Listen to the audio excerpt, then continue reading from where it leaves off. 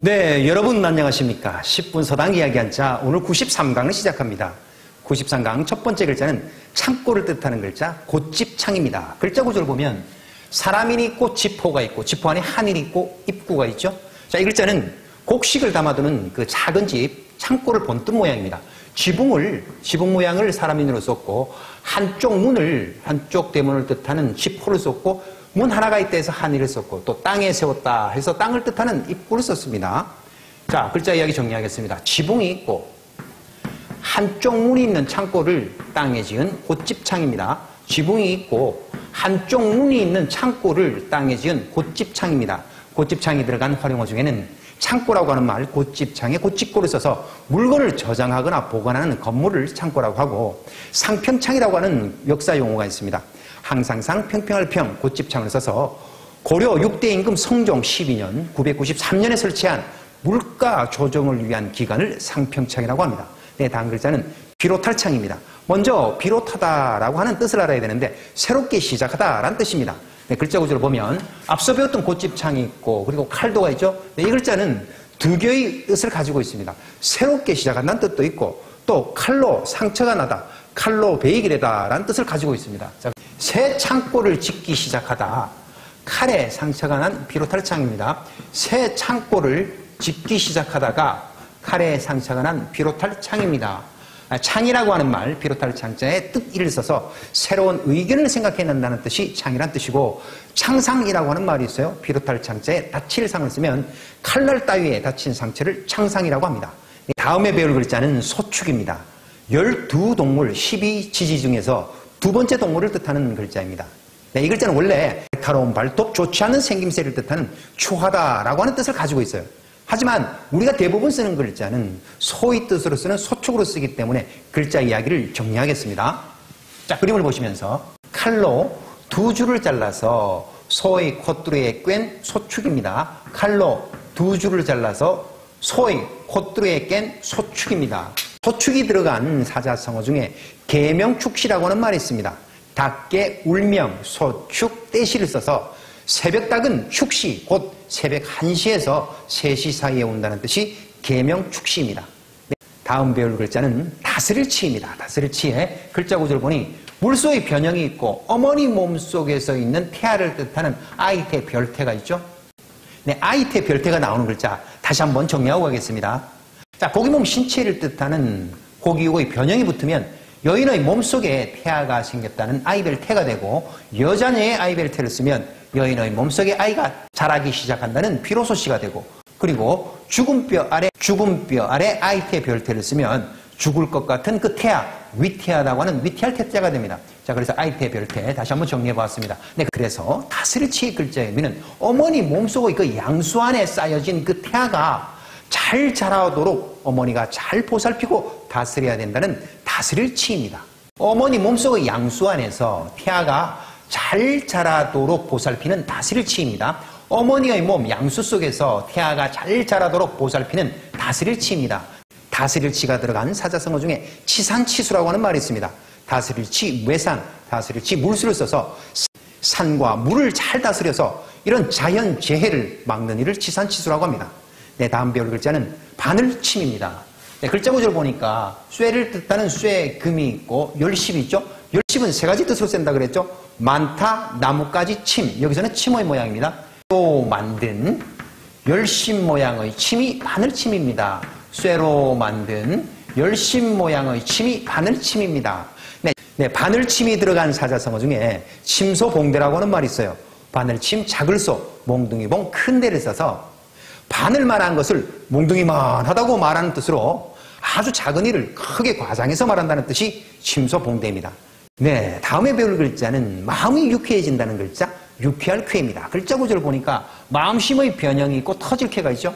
터질 쾌는 제가 35강 370번에서 아주 자세하게 설명했습니다. 네, 그러면 글자 이야기 정리하겠습니다. 닫혀있던 마음이 터져서 마음이 편안해지는 유쾌할 쾌입니다.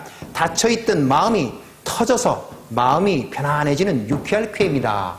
네, 이 글자가 들어간 사자성어 중에 쾌도 난마라고 하는 뜻이 있어요. 유쾌할 쾌, 칼도 어지러울란 삼말을 써서 헝클어진 그 삼시를 잘 드는 칼로 자른다는 뜻인데 복잡하게 얽힌 사물이나 비꼬의 문제들을 솜씨있고 바르게 처리함을 비유하는 말이 쾌도 낱말입니다.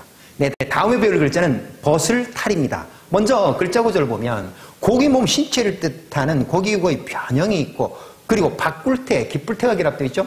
바꿀태, 기쁠태는 제가 63강 656번에서 아주 자세하게 설명했습니다. 여기서는 바꿀태입니다. 자, 몸이 바뀐다고 하는 것은 옷을 벗거나 껍질을 벗게 되는 버슬탈입니다. 몸이 바뀐다고 하는 것은 옷을 벗거나 껍질을 벗게 되는 버슬탈입니다. 네, 버슬탈이 들어간 활용어 중에는 탈선이라고 하는 말이 있죠. 버슬탈자에 줄선을 써서 기차가 선로에서 벗어난다는 뜻도 있고 또 언어나 행동이 바른 길에서 빗나가는 것을 탈선이라고 합니다. 네, 그리고 탈이라고 하는 말, 버슬탈자에 옷이를 쓰면 옷을 벗는다는 뜻이 탈이라는 뜻입니다. 네, 다음 글자는 사나울폭, 모질포입니다. 먼저 글자 구조를 보면 태양을 뜻하는 날일이 있고 그리고 함께 공이 있고 물소의 변형이 바로 위치에 쓰였죠. 뜨거운 태양과 함께 세찬 물줄기는 가뭄과 홍수를 일으키는 사나울폭, 모질포입니다. 뜨거운 태양과 함께 사나운 물줄기는 가뭄과 홍수를 일으키는 사나울폭, 모질포입니다. 모질포가 들어간 사자성어 중에 자포자기라고 하는 말이 있어요.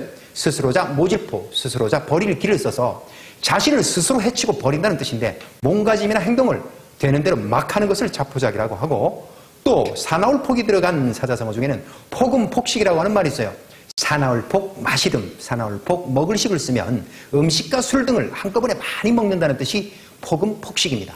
네, 다음 글자는 불터질 폭입니다. 네, 글자 구조를 보면 불화가 있고 앞서 배웠던 사나울폭, 모질포가 결합되어 있죠. 불길이 사납게 타오르다가 폭발하는 불터질 폭입니다. 불길이 사납게 타오르다가 폭발하게 되는 불터질 폭입니다. 네, 불터질 폭이 들어간 활용어 중에는 폭발이라고 하는 말이 있죠. 불터질 폭자에 필발을 써서 불이 일어나면서 갑작스럽게 터진다는 뜻이 폭발이라는 뜻입니다. 그리고 폭죽이라고 하는 말, 불터질 폭자에 대나무죽을 쓰면 가느다란 대나무통 속에 불을 지르거나 또는 화약을 쟁여 넣어서 소리가 나게 하는 물건을 폭죽이라고 합니다. 다음에 배울 글자는 감쌀포입니다. 감쌀포의 글자 구조를 보면 감싼다고는 쌀포가 있고 그리고 뱀사가 있는데 이 뱀사는 몸기의 변형입니다. 어린아이의 몸을 뜻합니다. 어머니의 뱃속이 어린 아이를 감싸고 있다는 감쌀포입니다. 그러니까 아이를 가진 그 몸, 임신한 몸을 뜻하는 것입니다. 자, 어머니의 뱃속이 어린 아이를 감싸고 있는 감쌀포입니다. 어머니의 뱃속이 어린 아이를 감싸고 있는 감쌀포입니다. 네, 감쌀포가 들어간 활용어 중에 소포라고 하는 말이 있어요. 작을 소자에 감쌀포를 써서 조그만하게 포장한 그 우편물을 뜻해요. 요즘은 뭐 택배들이 많은데 옛날에는 그 우체국을 통해서 이런 작은 물건들을 붙였습니다. 그것을 소포라고 하죠.